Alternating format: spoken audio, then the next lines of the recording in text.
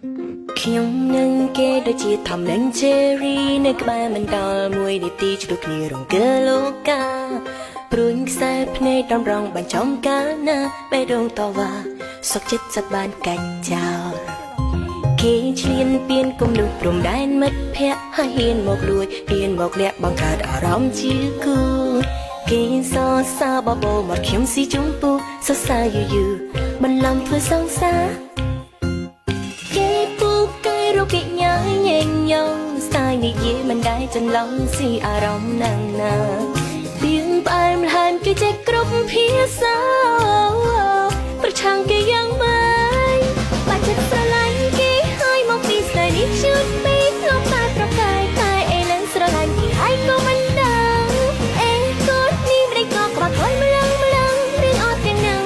មកដឹងមកໄວណា